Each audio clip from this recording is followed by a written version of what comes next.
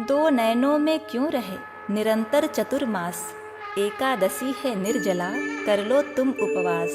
बोलिए लक्ष्मीपति विष्णु भगवान की जय, श्री तुलसी सालीग्राम भगवान की जय। आप सभी भक्तगणों को निर्जला एकादशी की हार्दिक शुभकामनाएं। भगवान विष्णु आपको सुख शांति समृद्धि यश और कीर्ति प्रदान करें। हरे कृष्णा।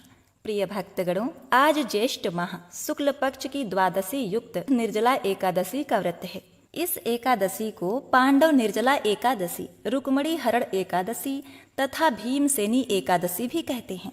पद्म पुराण के अनुसार जो मनुष्य अनजाने में भी एकादशी व्रत का पालन कर लेता है तो उसे कभी यम यातना नहीं भोगना पड़ता। प्रिय भक्तगणों, यह निर्जला एकादशी सभी एकादशियों में सर्वश्रेष्ठ और सबसे बड़ी एकादशी मानी जाती है। स्कंद पुराण के अनुसार जो व्यक्ति निर्जला एकादशी का व्रत करता है तथा हरे कृष्ण महामंत्र का जप करते हुए एकादशी कथा को सुनता है, वह अपने और पति या पत्नी कुल के 10-10 पीढ़ियों का उद्धार कर देता है। अश्वमेघ यज्ञ करने, सुवर्ण दान करने तथा 1000 गौ दान करने के बराबर पुण्य फल की प्राप्ति होती है। अपने जीवन काल में सुख पूर्वक जीवन व्यतीत करते हुए अंत में बैकुंठ धाम को जाता है। इस व्रत के प्रभाव से परिवार में सुख शांति और खुशहाली बनी रहती है तथा मान प्रतिष्ठा धन की प्राप्ति होती है। तो आज मैं सुना रही हूँ निर्जला एकादशी व्रत की संपूर्ण व्रत कथाएं, जिसे पूरा अंत तक सुनने से मन चाहे फल की प्राप्ति होती है। कथा को पूरे अंत तक सुनने से एकादशी व्रत संपूर्ण होता है। प्रिय भक्तगणों, सबसे पहले इस व्रत को नारद जी ने किया था। श्री श्वेत वराह कल्प के आरंभ में देवर्षि नारद की विष्णु भक्ति देखकर ब्रह्मा जी बहुत ही प्रसन्न हुए। नारद जी ने अपने पिता व सृष्टि के रचयिता ब्रह्मा जी से कहा कि हे परमपिता, मुझे कोई ऐसा उपाय बताइए जिससे मैं जगत के पालन करता श्री विष्णु भगवान के चरण कमलों में स्थान पा सकूं। पुत्र नारद का भगवान विष्णु के प्रति प्रेम देखकर ब्रह्मा जी ने श्री विष्णु की प्रिय निर्जला एकादशी का व्रत करने का सुझाव दिया। नारद जी ने प्रसन्न चित्त होकर पूर्ण निष्ठा से 1000 वर्ष तक निर्जल रहकर यह कठोर व्रत किया। 1000 वर्ष तक निर्जल व्रत करने पर उन्हें चारों ओर नारायण ही नारायण दिखाई देने लगे। परमेश्वर श्री नारायण की इस माया से वे भ्रमित हो गए कि कहीं यही तो विष्णु लोक नहीं। तभी उनको भगवान विष्णु के साक्षात दर्शन हुए। मुनि नारद की भक्ति से प्रसन्न होकर विष्णु जी ने उन्हें अपने निश्चल भक्ति का वरदान देते हुए अपने श्रेष्ठ भक्तों में स्थान दिया और तभी से निर्जला व्रत की शुरुआत हुई। पद्म पुराण के अनुसार इस एकादशी का निर्जल व्रत रखते हुए परमेश्वर श्री विष्णु की भक्ति भाव से पूजा आराधना करने से प्राणी समस्त पापों से मुक्त होकर बैकुंठ लोक को प्राप्त होता है। इस व्रत को देव व्रत भी कहा जाता है, क्योंकि सभी देवता, दानव, नाग, यक्ष, गंधर्व, किन्नर, नवग्रह आदि अपनी रक्षा और श्री विष्णु की कृपा पाने के लिए एकादशी का व्रत करते हैं। धर्म, अर्थ, काम और मोक्ष चारों पुरुषार्थों की प्राप्ति होती है। अच्छे स्वास्थ्य और सुखद जीवन की मनोकामना के साथ ये व्रत किया जाता है। एक बार अर्जुन ने भगवान श्री कृष्ण से कहा, हे केशव, मैंने आपके मुख से अनेकों एकादशियों का महात्म सुना। अब आप ज्येष्ठ माह में आने वाली एकादशी, उसकी कथा क्या है तथा इस व्रत को करने से कौन से पुण्य फल की प्राप्ति होती है, कृपया आप मुझे विस्तार से कहिए। भगवान श्री कृष्ण कहने लगे, हे अर्जुन, मारवाड़ क्षेत्र में एक वेदवादी श्रेष्ठ धर्म निपुण ब्राह्मण निवास करते थे। उनका नाम देवदत्त था। उस ब्राह्मण की बड़ी ही सुंदर रूपवती पत्नी थी। उसका नाम शोभना था। ब्राह्मण देवता जीविका के लिए अपने ग्राम से अन्य किसी ग्राम में भिक्षाटन के लिए गए हुए थे। इधर ब्राह्मणी कुसंगत में फंसकर व्यभिचार में प्रवृत्त हो गई।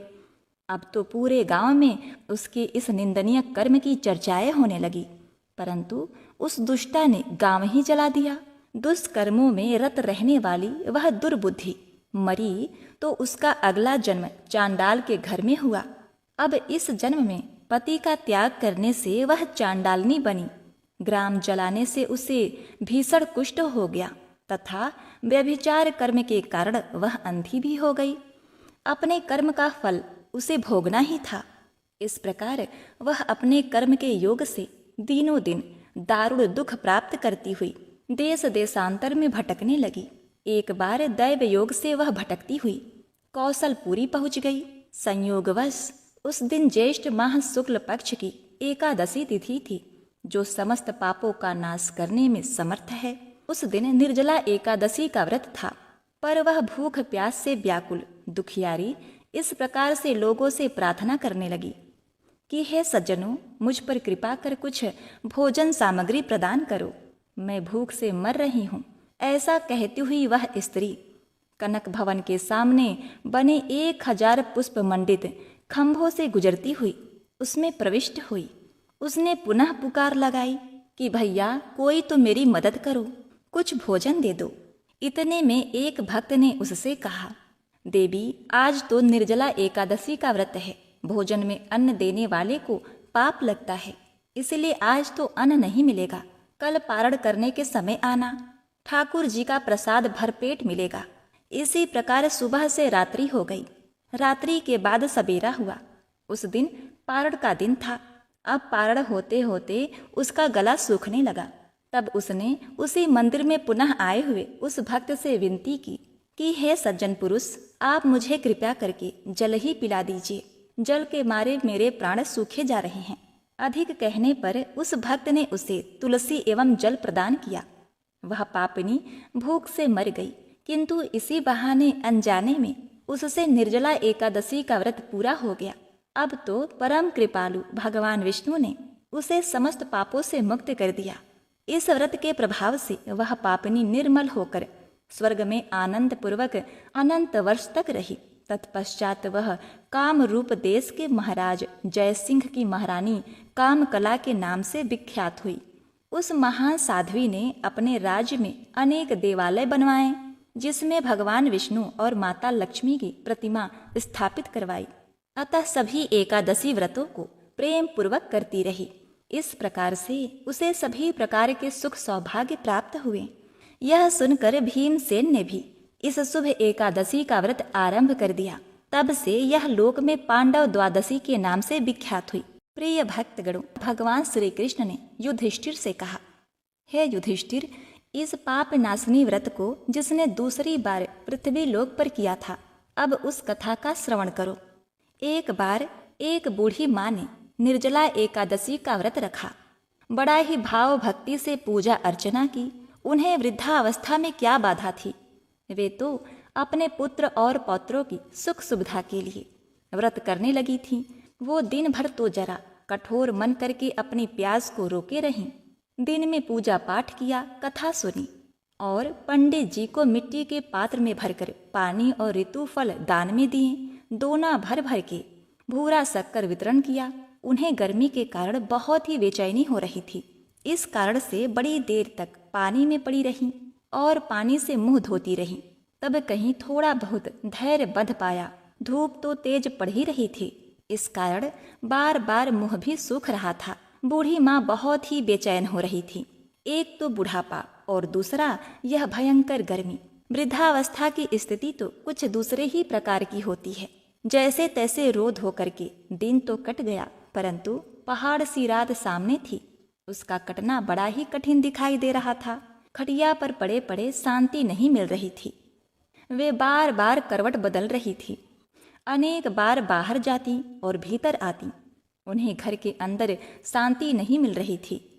वे बिस्तर पर पड़ी पड़ी एकादशी माता का स्मरण करती रहीं और कहती रहीं, हे एकादशी माता, आप ही मुझे शक्ति दीजिएगा, जिससे मैं भली भांति आपका व्रत कर सकूं और यह पहाड़ सी रात शांति पूर्वक व्यतीत हो सके।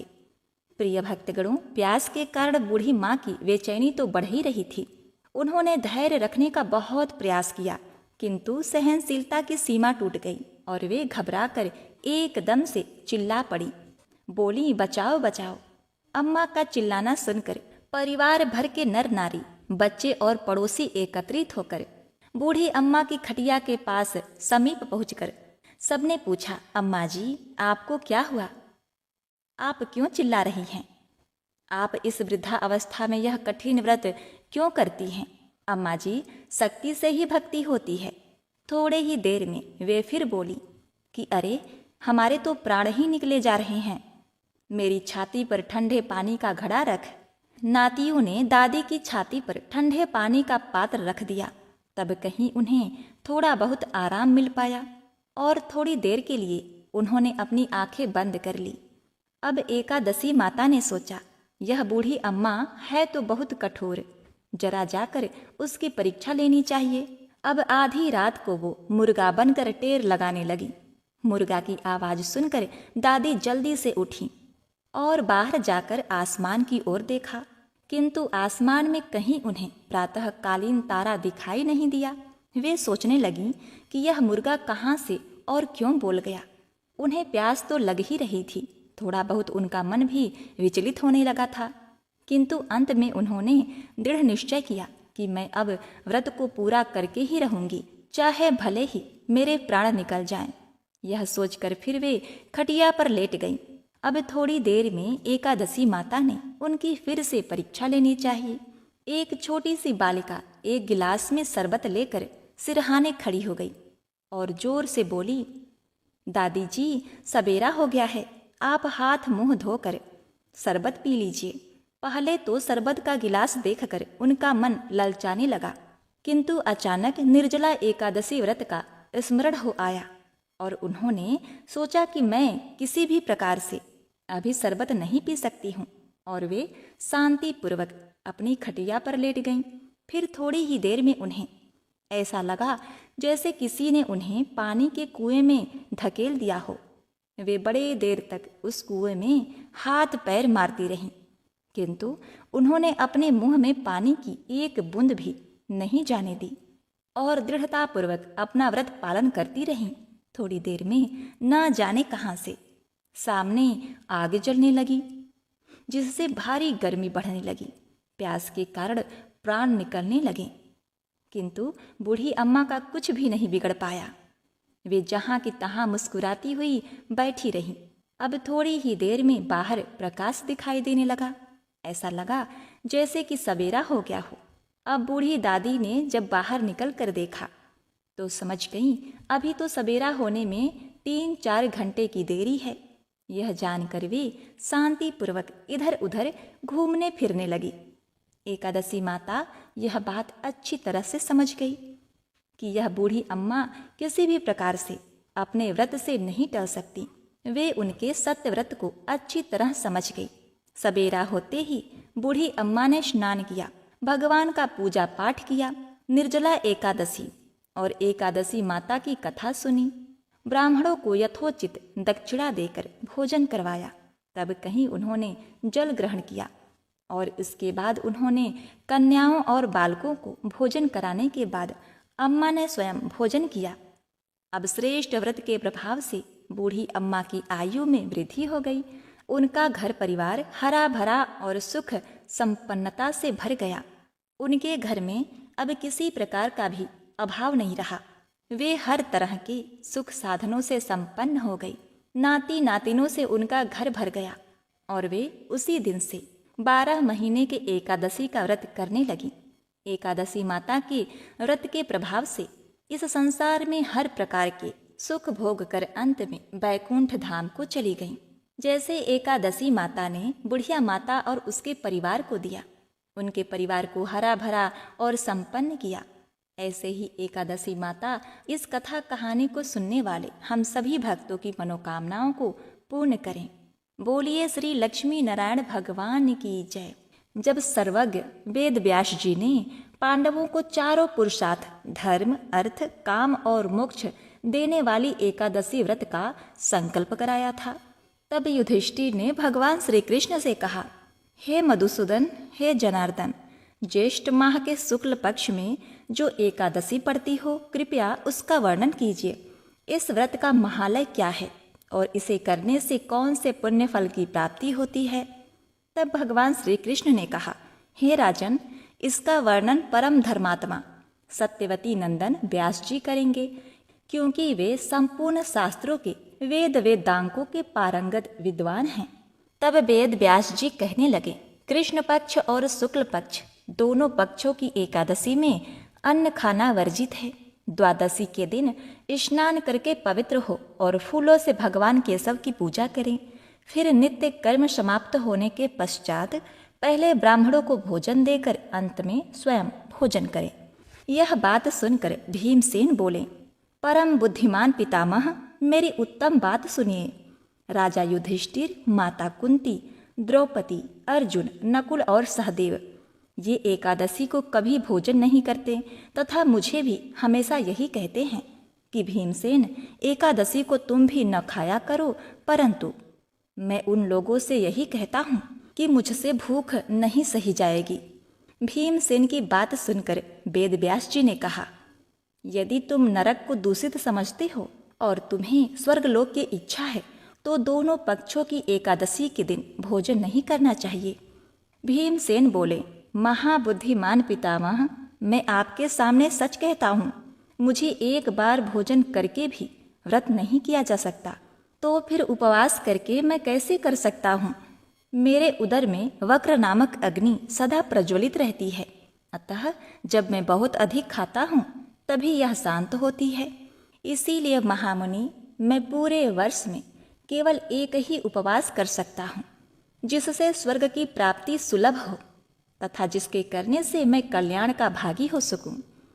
ऐसा कोई व्रत निश्चय करके बतलाइए, मैं उसका यथोचित रूप से पालन करूंगा।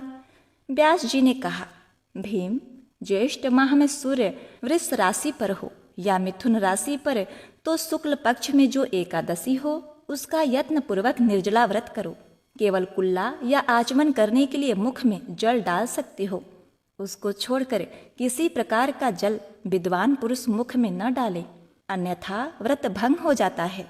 एकादशी को सूर्योदय से लेकर दूसरे दिन के सूर्योदय तक मनुष्य जल का त्याग करे तो यह व्रत पूर्ण होता है। तदनंतर द्वादशी को प्रातः काल में स्नान करके ब्राह्मणों के साथ भोजन करें। वर्ष भर में जितनी एकादशियां होती है उन सब का फल निर्जला एकादशी के पालन मात्र से मनुष्य प्राप्त कर लेता है, इसमें तनिक भी कोई संदेह नहीं।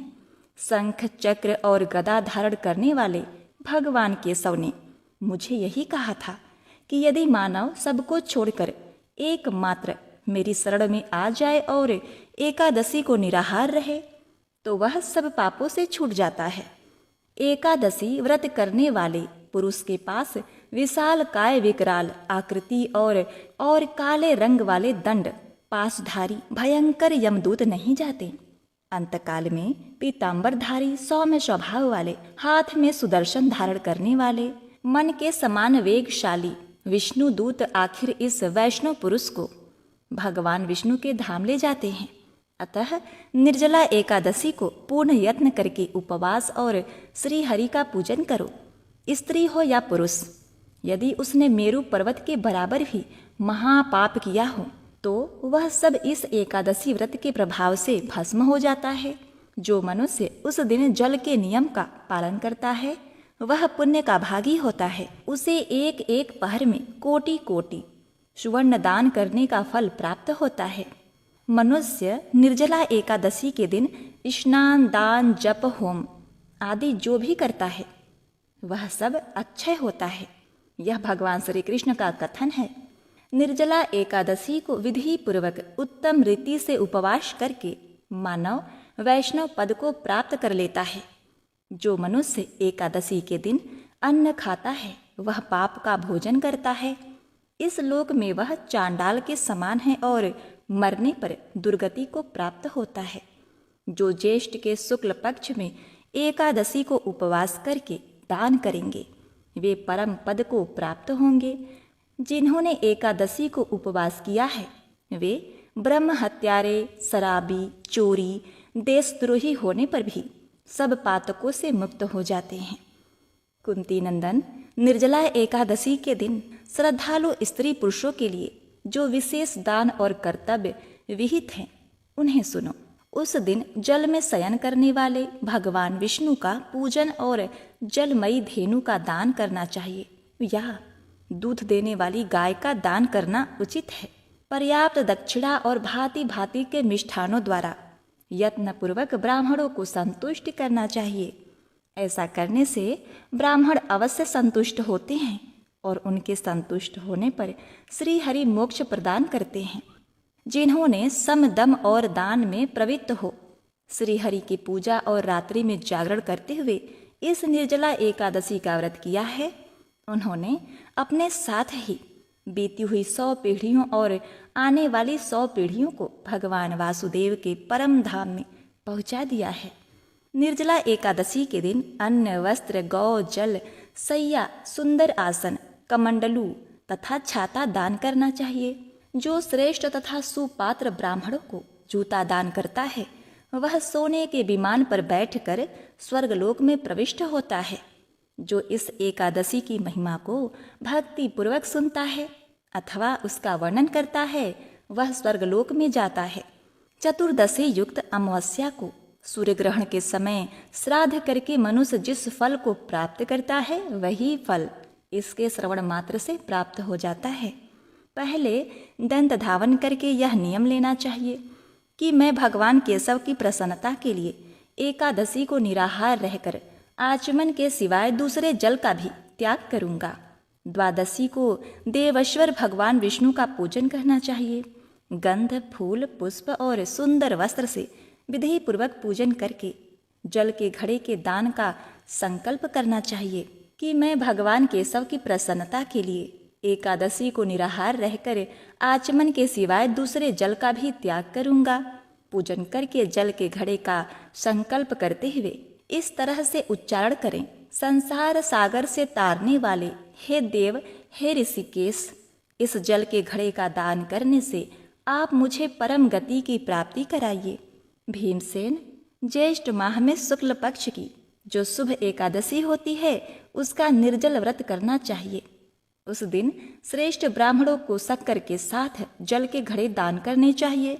ऐसा करने से मनुष्य भगवान विष्णु के समीप पहुंचकर आनंद का अनुभव करता है। तत्पश्चात द्वादशी को ब्राह्मण भोजन कराने के बाद स्वयं भोजन करें। जो इस प्रकार पूर्ण रूप से पाप नाशनी एकादशी का व्रत करता है वह सब पापों से मुक्त हो आनंदमय पद को प्राप्त होता है। यह सुनकर भीमसेन ने भी इस शुभ एकादशी का व्रत आरंभ कर दिया। तब से यह लोक में पांडव द्वादशी के नाम से विख्यात हुई। यह एकादशी व्रत का प्रभाव ही था कि पुराने समय में एक निर्दयी कुष्ठ रोगी बहेलिया को गंगा जी ने एकादशी के दिन गंगा में स्नान करके तुलसी वृक्ष की पूजा करने तथा इसके बाद बहेलिया ने इस तिथि को तुलसी के पौधे का पूजन कर व्रत कथा का श्रवण किया था और वह रोग मुक्त तथा पाप मुक्त हो गया था। इसी संदर्भ में यह कथा है। प्राचीन काल में काशीपुरी में एक देवदत्त नामक ब्राह्मण हुआ था। उसकी मालती नामक एक पापिनी पुत्री थी। उसका विवाह सत्यशील नामक एक बड़े विद्वान ब्राह्मण के साथ किया गया, परंतु वह रूप यौवन युक्ता कभी भी पति को प्रिय न हुई। वह अपने पति से प्रेम न करती, वह उसे सदा द्वेष करती थी। वह अपने पति पर क्रोध करके उसे वशीभूत करने की इच्छा से पतित स्त्रियों के बताए अनुसार अपने पति को दास के समान वश में करने के लिए वशीकरण की औषधियां लेने हेतु एक योगिनी के मंदिर में जाकर योगिनी को प्रसन्न करने लगी। वह दुराचारणी बहुत ही शीघ्र उस कुटी में जा पहुंची, जो बहुत लंबी चौड़ी और कांतिमान थी। वह योगिनी के आने की बाट में रुद्राक्ष की माला जप रही थी। इस प्रकार उस स्त्री की प्रार्थना करने पर योगिनी ने प्रसन्न हो उसे पति को वश में करने वाले मंत्र बताए। तब उस स्त्री ने नमस्कार कर सूर्य के कांति के समान प्रकाशमान हीरे से जड़ित अपनी अंगूठी योगिनी को दे दी, जिससे प्रसन्न होकर योगिनी ने उसके हृदय का वृत्तांत जान उस मालती नामक स्त्री को वशीकरण चूर्ण देकर कहा कि इस चूर्ण को अपने पति को किसी भी चीज में मिलाकर खिला देना। ऐसे करने से तेरा पति तेरे वश में होकर किसी के पास नहीं जाएगा तथा तेरे दुष्चरित्रों को देखकर भी कुछ नहीं कहेगा। तब उस स्त्री ने घर आकर संध्या के समय वह चूर्ण दूध में मिलाकर अपने पति को दे दिया। उस चूर्ण के पीने से उसे क्षय रोग हो गया, जिससे वह दिनों दिन छीड़ होने लगा तथा उसके गुहा स्थान में घाव होने से कीड़े पड़ गए। पति की ऐसी दशा हो जाने पर वह दुष्ट स्त्री इच्छापूर्वक विचरने लगी। उसका पति घाव की पीड़ा से व्याकुल हो त्राही त्राही पुकारने लगा और बोला, हे शोभने, मैं तेरा दास हूँ, तेरी शरण में हूँ, मेरी रक्षा कर, मैं पर स्त्री की इच्छा नहीं करता हूँ। हे नारद, अपने पति की ऐसी बात सुनकर वह घबरा गई और पति के जीवन से मेरा सुहाग बना रहे, ऐसा विचार कर योगिनी के पास फिर से गई और उससे सब बातें कहीं। तब उसने पहली औषधि को शांत करने के लिए दूसरी औषधि दी। उसका सेवन करते ही उसके पति का रोग ठीक हो गया। वह सदैव घर में ही रहता था और उसके वश में भी हो गया था। तब उसके स्त्री के पास सभी जातियों के व्यभिचारी मनुष्य घर के काम के बहाने से आने लगे। उस पाप के कारण उसके शरीर में भयानक प्राणनाशक फोड़े पड़ गए, जिन्होंने उसकी नाक, जिह्वा और दोनों कान में छेद कर दिए। उसके स्तन कट गए तथा अंगुलियों की ठोठ बध गई। वह कुष्ठ रोगी हो गई। अंत में वह देह त्याग कर नरक में चली गई। 15 सहस्र वर्ष तक ताम्रभाड़ नाम के नरक में जलते रहने के बाद वह 100 जन्म तक बार बार कुत्ते की योनि में पड़कर घर घर घूमती रही। फिर सौराष्ट्र देश में पद्मबंधु नामक ब्राह्मण की दासी के घर कुतिया बनी। उसके कान टूटे फूटे और पूछ खिन्न भिन्न तथा मस्तक में कीड़े पड़े हुए थे। इस प्रकार उस जन्म में भी वह अनेक क्लेशों को सहन करती रही। दैव योग से जब कर्म फल पूरा हो गया तो एकादशी के दिन पद्मबंधु का पुत्र नदी में स्नान करके पवित्र हो गीले वस्त्रों से घर आया। वहां तुलसी स्तंभ के पास उसने अपने चरण धोए। उसी स्तंभ के नीचे वह कुतिया भी सो रही थी। सूर्योदय के पहले वह कुतिया उस चरणों के धोए जल में लौट गई, जिससे उसके सभी अशुभ कर्म तत्काल नष्ट हो गए और पूर्व जन्म की याद भी आ गई।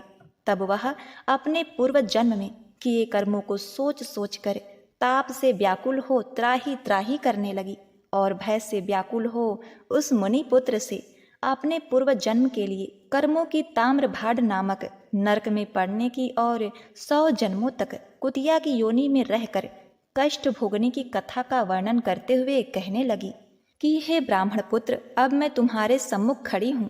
हे ब्राह्मण, मैं बड़ी दुराचारणी और खोटी हूँ।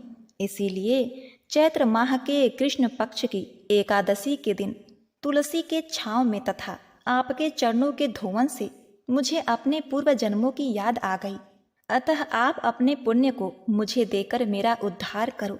मैं दिन और व्याकुल हूँ, तुम मेरी रक्षा करो। मैं आपको नमस्कार करती हूँ। ऐसे वचन सुनकर वह मुनि पुत्र कुतिया से बोला, हे कुतिया, अपने किए हुए कर्मों के सुख दुख रूपी फलों को प्राणी भोगते हैं, तू दुराचारणी क्षुद्र क्या करेगी। मुनिपुत्र के ऐसे कहने पर कुतिया अत्यंत दुखी होकर चित्कार करने लगी और उसके पिता से कहने लगी, हे पद्मबंधो, मैं तुम्हारे द्वार पर पड़ी हूँ, कुतिया हूँ। मैं तुम्हारे द्वारा दिए गए रोटी को नित्य खाती हूँ, तुम मेरी रक्षा करो। गृहस्थी महात्माओं के घर पर जो पड़े रहते हैं उनका उद्धार करना उनका आवश्यक कर्तव्य है। ऐसा न करने से वे भगवान के कोप से अपने सर्वस्व को नष्ट कर अंत में नरकगामी होते हैं। ऐसा वेद वेदांतों का मत है। यह कर्म कर्तव्य है। तुम दयालु हो, अतः मुझ दुष्ट बुद्धि का उद्धार करो। दुखी कुतिया के ऐसे वाक्य सुनकर पद्मबंधु शीघ्र ही घर से बाहर आए और कुतिया से पूछने लगे, क्या बात है। तब वहां पर खड़े हुए मुनिपुत्र ने सब कथा वर्णन किया। अपने पुत्र के वचन सुनकर वे विस्मय होकर बोले, मेरा पुत्र होकर भी तूने यह क्या किया। हे पुत्र, साधुओं को ऐसे वाक्य कहना अनुचित है। देखो, चंद्रमा, सूर्य, पवन, पृथ्वी, अग्नि, जल, चंदन और महात्मा लोग सभी परोपकार में स्थिर हैं। हे पुत्र, दधीची ने देवताओं के उपकार के लिए दैत्यों को महाबली जानकर अपनी हड्डी भी निकाल कर दे दी। राजा शिवी ने कबूतर के बदले अपने मांस काट कर दे दिया था और जीवतवाहन नामक राजा ने भी महात्मा गरुड़ के लिए अपना जीवन दे दिया था। विद्वान ब्राह्मण तो सदा दया ही करते हैं। जैसे मेघ शुभ तथा अशुभ दोनों ही जगहों पर बराबर पानी बरसाता है तथा चंद्रमा चांडाल के घर में भी प्रकाश करता है, उसी प्रकार बार बार प्रार्थना करती हुई इस कुतिया के दुख को मैं अपने पुण्य के प्रभाव से दूर करूंगा। इस प्रकार पुत्र को समझाकर स्वयं पद्मबंधु ने कुतिया से कहा, हे कुतिया, मैं तेरे निमित्त एकादशी के दिन किया हुआ पुण्य तुम्हें देता हूँ। तू अब अपने सब पापों से छूटकर विष्णु लोक को जा। पद्मबंधु के इतना कहते ही हे नारद, वह कुतिया अपने जीर्ण शरीर को त्याग कर दिव्य आभूषण पहनकर 100 सूर्य के समान प्रभावशाली सावित्री जैसी होकर ब्राह्मण से आज्ञा मांगकर 10 दिशाओं में प्रकाश करती हुई चली गई। फिर स्वर्ग में अनेक प्रकार के महाभोगों को भोग कर नर नारायण भगवान के अनुग्रह से एकादशी के प्रभाव से उर्वशी नामक श्रेष्ठ अंगों वाली देवताओं की प्रिय अप्सरा बनी, जिसे योगी जन योग द्वारा प्राप्त करते हैं। ऐसे इस महान कथा को सुनने से सभी भक्तों का कल्याण होता है तथा उनका यश दिनों दिन बढ़ता है। तो एक बार प्रेम से बोलिए श्री शालिग्राम भगवान की जय। ओम नमो भगवते वासुदेवाय नमः। प्रिय भक्तगणों, इस कथा को समाप्त करते हुए आइए अब श्रवण करते हैं आरती। ओम जय एकादशी जय एकादशी जय एकादशी माता, विष्णु पूजा व्रत को धारण कर शक्ति मुक्ति पाता। ओम जय एकादशी माता, विष्णु पूजा व्रत को धारण कर शक्ति मुक्ति पाता। तेरे नाम गिनाओ देवी भक्ति प्रदान करनी, गुण गौरव की देवी माता शास्त्रों में वर्णी। ओम जय एकादशी माता, विष्णु पूजा व्रत को धारण कर शक्ति मुक्ति पाता। मार्गशीर्ष के कृष्ण पक्ष में उत्पन्ना होती, शुक्ल पक्ष में मोक्षदायिनी पापों को धोती। ओम जय एकादशी माता, विष्णु पूजा व्रत को धारण कर शक्ति मुक्ति पाता। पौष मास के कृष्ण पक्ष को सफला नाम कहे, शुक्ल पक्ष में होय पुत्रदा आनंद अधिक रहे। ओम जय एकादशी माता, विष्णु पूजा व्रत को धारण कर शक्ति मुक्ति पाता। नाम सटतीला माघ मास में कृष्ण पक्ष आवे, शुक्ल पक्ष में जया कहावे विजय सदा पावे। ओम जय एकादशी माता, विष्णु पूजा व्रत को धारण कर शक्ति मुक्ति पाता। विजया फाल्गुन कृष्ण पक्ष में शुक्ला आमल की, पाप मोचनी कृष्ण पक्ष में चैत्र मास बल की। ओम जय एकादशी माता, विष्णु पूजा व्रत को धारण कर शक्ति मुक्ति पाता। चैत्र शुक्ल में नाम कामदा धन देने वाली, नाम बरुथनी कृष्ण पक्ष में बैशाख माह वाली।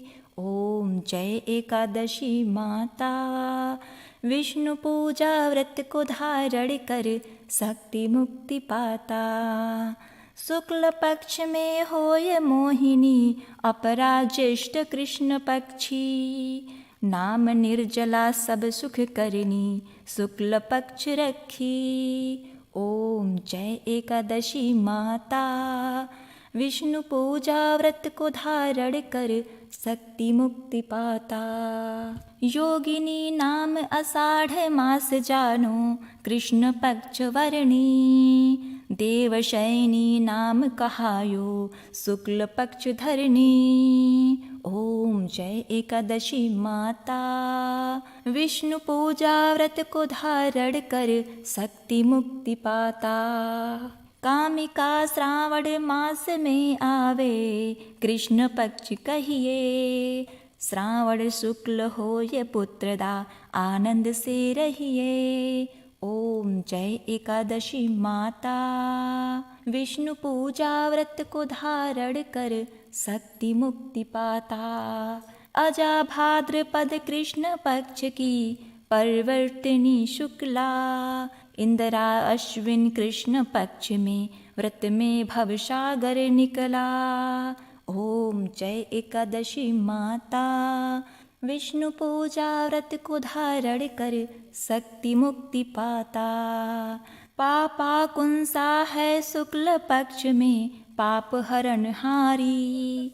रमा मास कार्तिकेय में आवे, सुखदायक भारी। ओम जय एकादशी माता। विष्णु पूजा व्रत को धारण कर, शक्ति मुक्ति पाता। देवोत्थायनी शुक्ल पक्ष की, दुख नाशक मैया। लौदा मास की करो विनती, पार करो नैया। ओम जय एकादशी माता। विष्णु पूजा व्रत को धारण कर, शक्ति मुक्ति पाता। शुक्ल लौद में होय पद्मिनी, दुख दारिद्र हरणी। परमा कृष्ण पक्ष में होती, जन मंगल करनी। ओम जय एकादशी माता। विष्णु पूजा व्रत को धारण कर, शक्ति मुक्ति पाता। जो कोई आरती एकादशी की, भक्ति सहित गावे। जन रघुनाथ स्वर्ग का वासा, निश्चय वह पावे। ओम जय एकादशी माता। विष्णु पूजा व्रत को धारण कर, शक्ति मुक्ति पाता। ओम जय एकादशी, जय एकादशी, जय एकादशी माता। विष्णु पूजा व्रत को धारण कर, शक्ति मुक्ति पाता।